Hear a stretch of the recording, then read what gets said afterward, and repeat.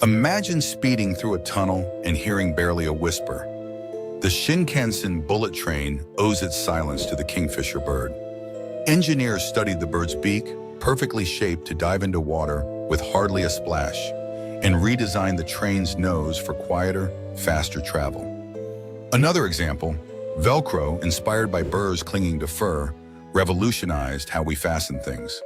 These inventions prove that some of the most ingenious solutions come from observing the natural world, transforming wild ideas into everyday marvels.